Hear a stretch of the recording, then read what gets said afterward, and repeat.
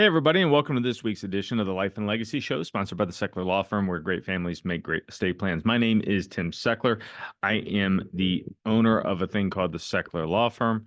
That is a pretty cool estate planning law firm headquartered in Cranberry Township. And one of the unique things that we do is we are only focused on estate planning and elder law, right? That's all we do. We do three types of cases. We write wills and trusts, which is often what this show is about if you're new to it. We do post-death administration work. If you've ever asked to been somebody's executor, we help folks with that.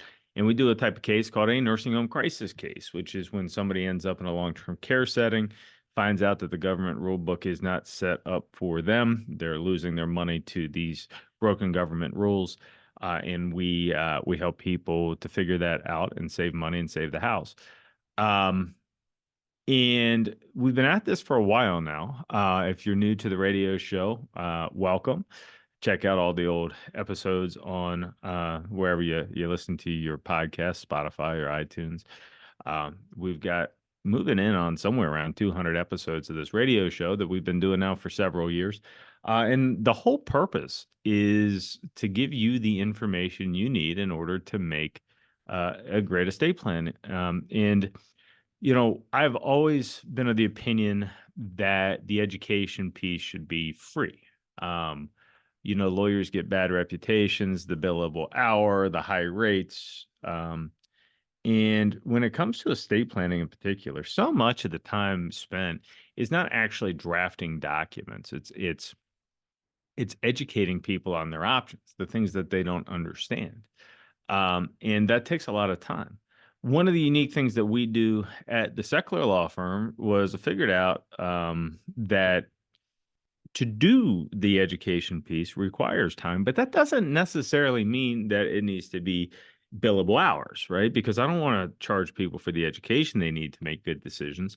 I want to give people the education that they need to make good decisions, and then agree to whether you want to move forward with my law firm. So from my standpoint, I've been striving for about a decade to figure out how to give the information for free. So we do the radio show. And about 18 months ago, the entire law firm changed um, when we instituted some new processes. And two big things that we came up with was a series of classes I'll talk about a little bit.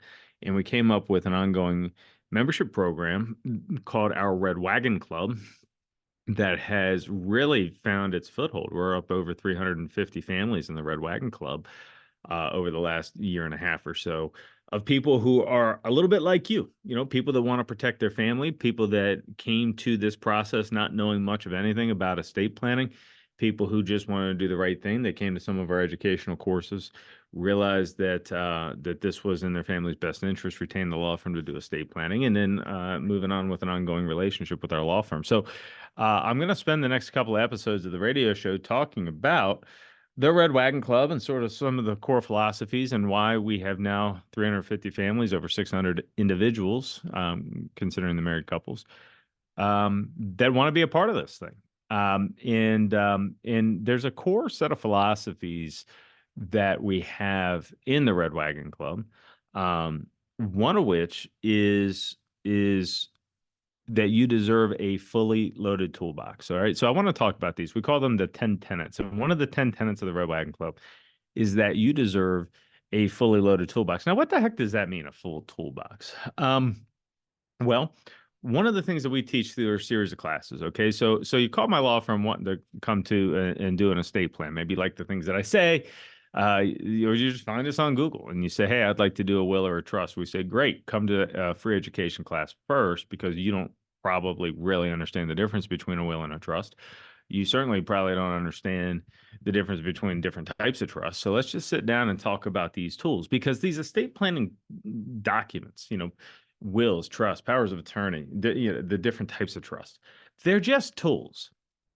Once you understand the tool, then you can understand if it's the right tool to accomplish the job, right? But most people just don't understand these tools. It is so common for you to call up a lawyer and say, hey, Mr. Attorney, Mrs. Attorney, I'd like to do a will. And they say, great, who's your executor? Who gets the stuff? And here's your will. Without doing any education on, well, do you really want a will, or do you really want a good estate plan for your family?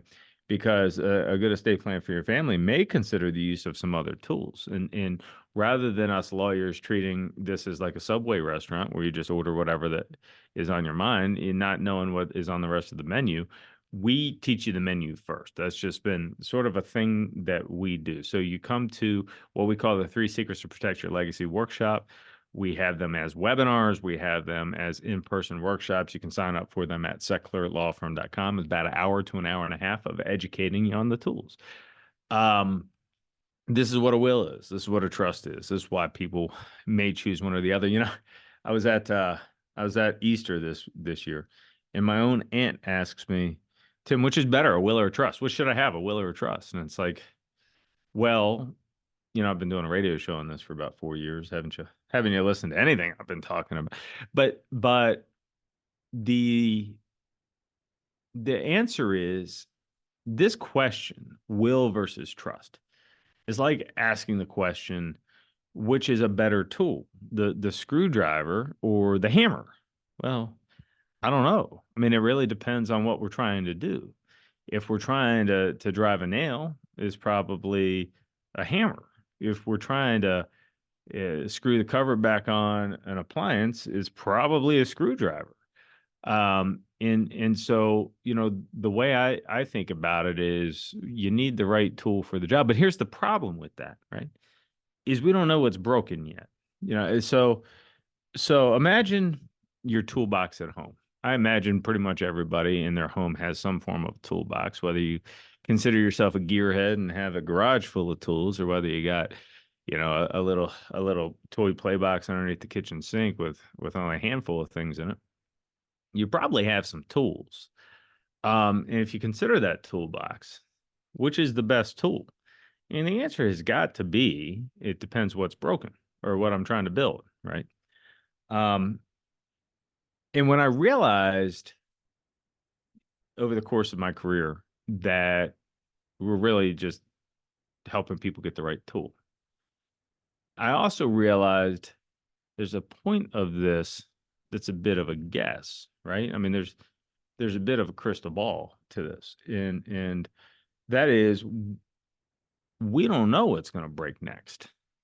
I don't know if you're going to have dementia. Now, I don't know if your kid's going to go through a divorce. I don't know how much money you're going to pass away with when you do die. I don't know who's around when you pass away, right? So think about this for a second. I got a colleague, my good friend Jeff Paloma, who does what he calls his two-finger test, and what he talks about is, do you know who your heirs are? Right, your heirs, the people who would inherit. Do you know who your heirs are? And everybody would say, yeah, I know who my heirs are. And then he says, well, let's hold up for a second. Take two fingers and put them on the inside of your wrist or on the side of your neck. And if you feel a pulsing sensation, you do not yet have heirs, right? Because who your heirs are defined at the point you pass away.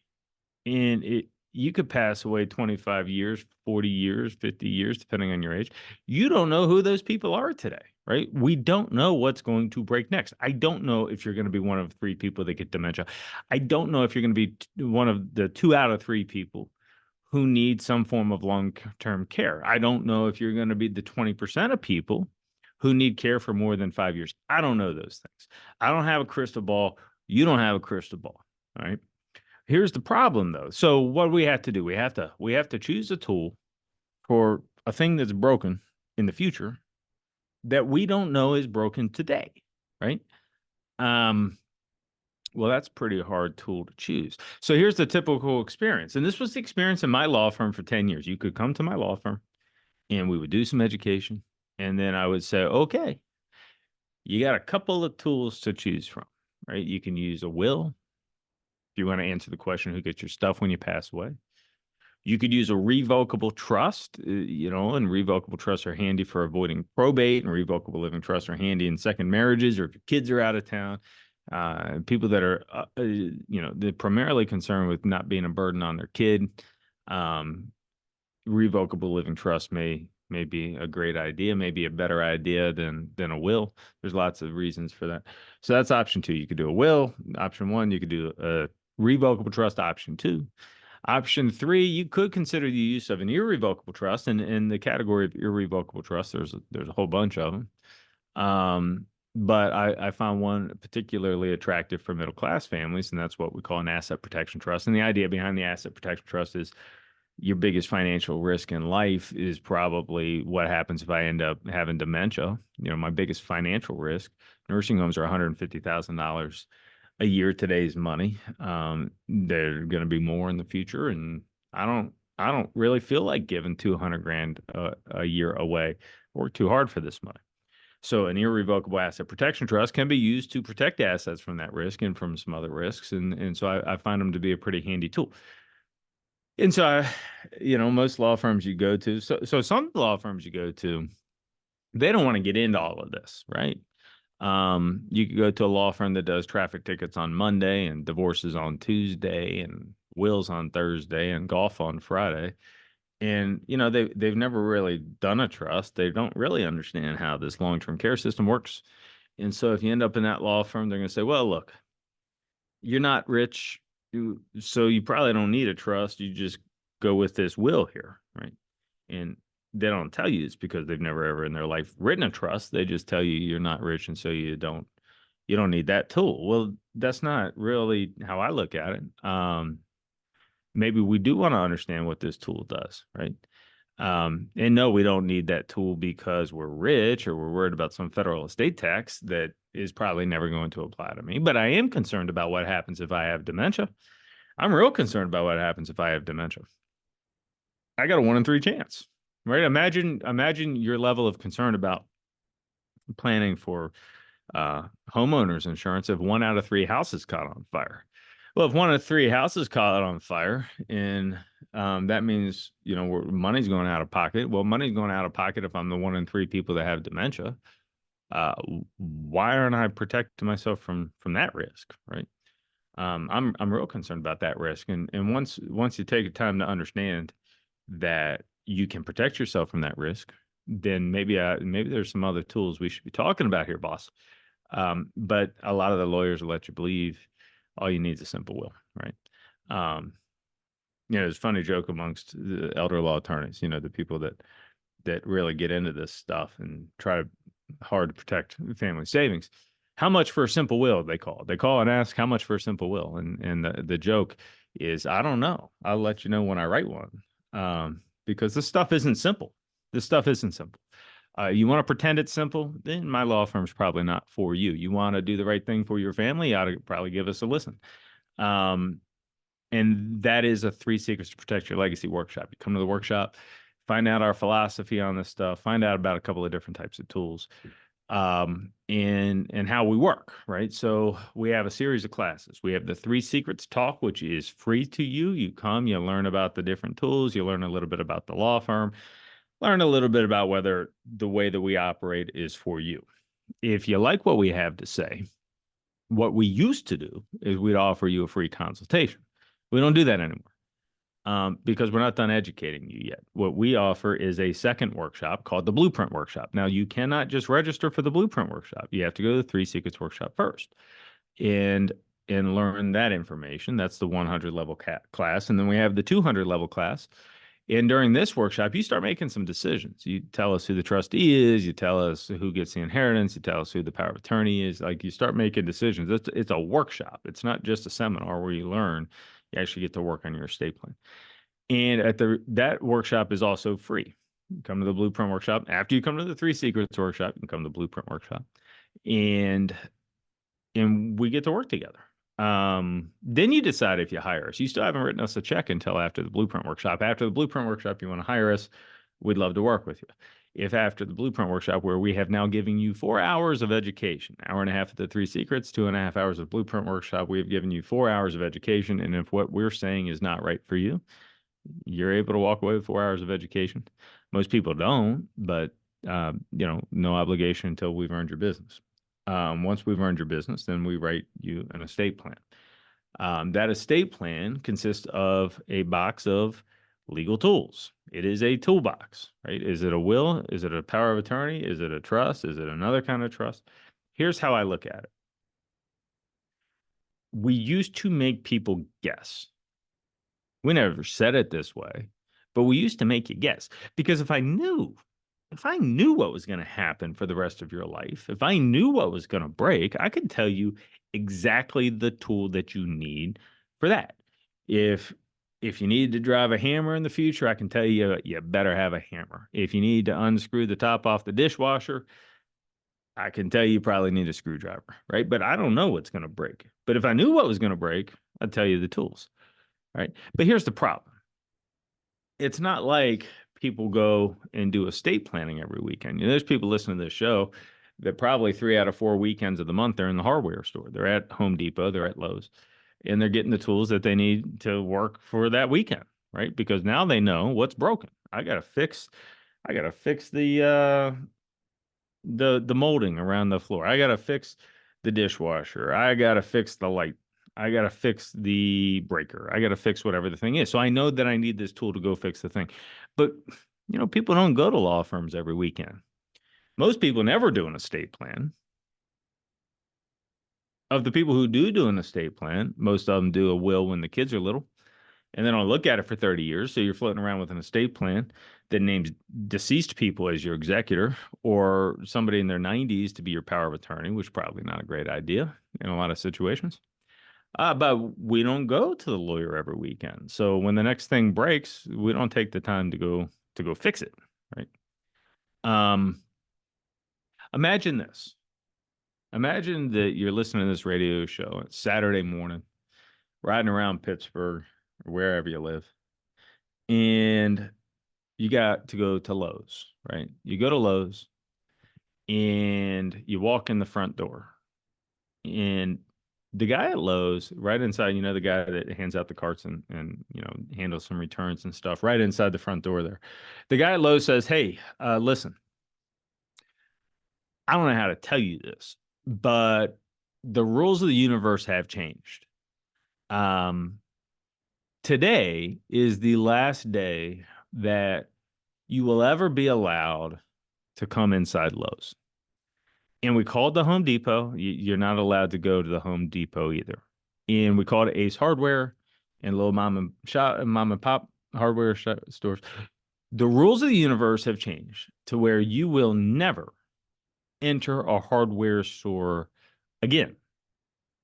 You're welcome to come in today, but today's it. Here's your shopping cart.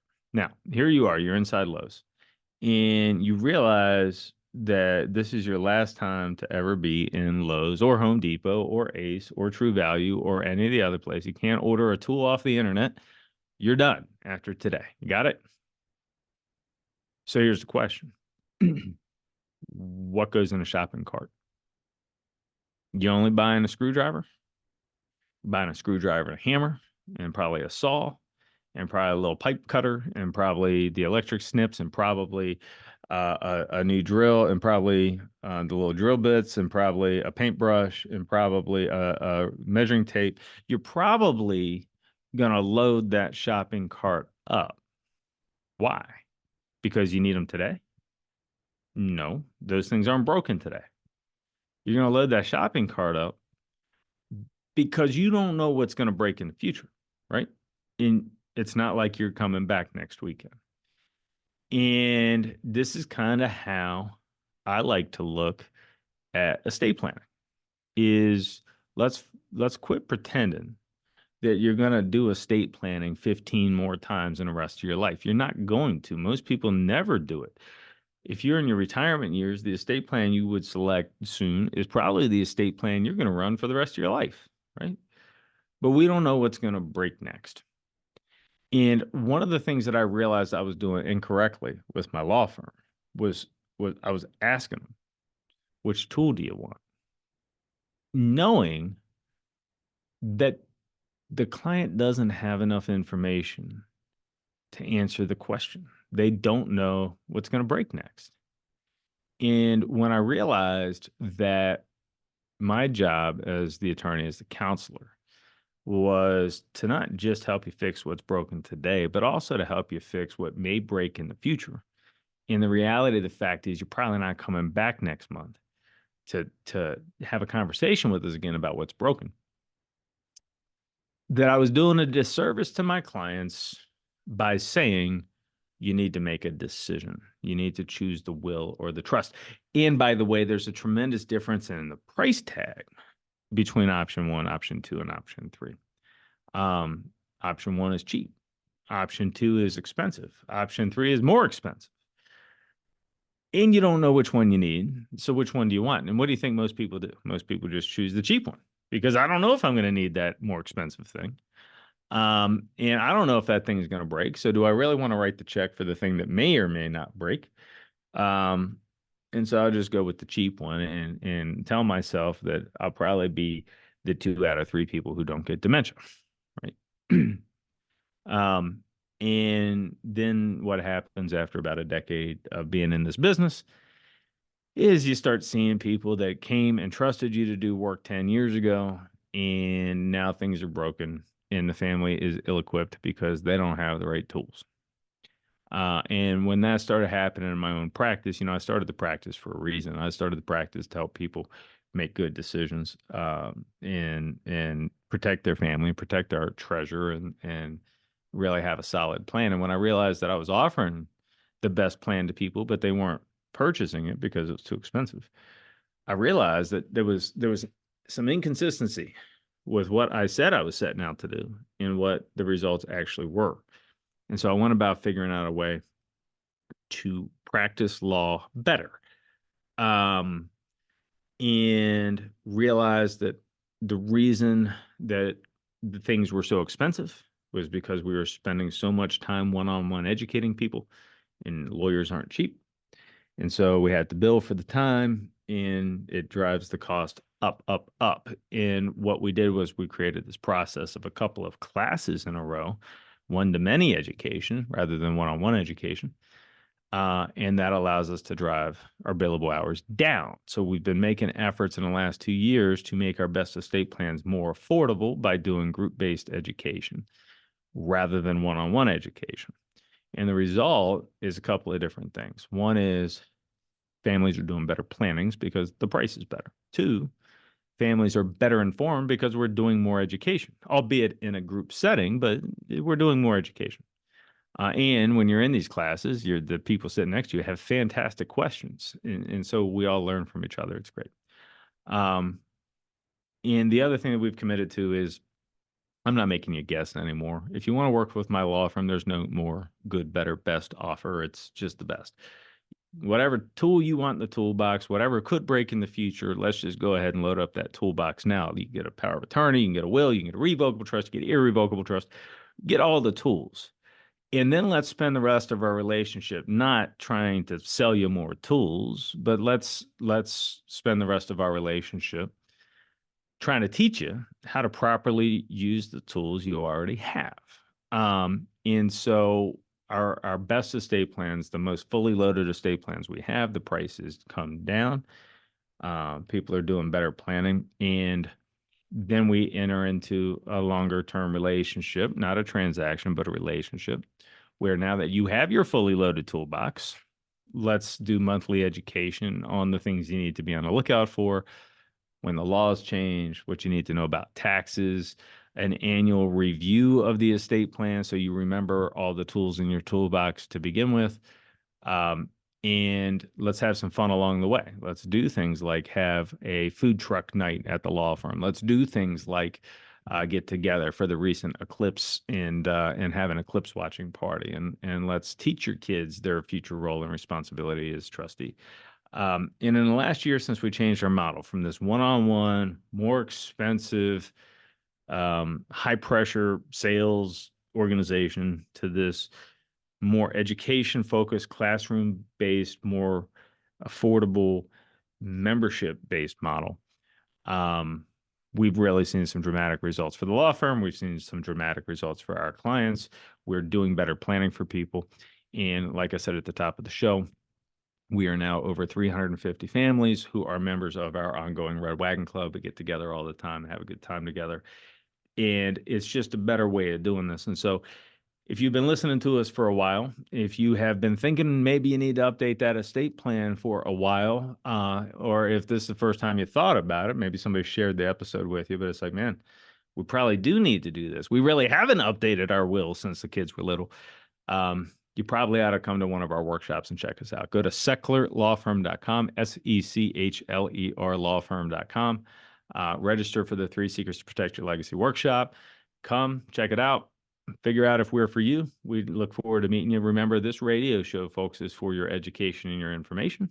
This is not legal advice. I am not your attorney. I'd love to earn your business, but we are not yet your attorney. If you need an attorney, you need to reach out, and we'll be happy to help you. All right. So thanks for listening to this week's episode. Look forward to meeting you at a workshop.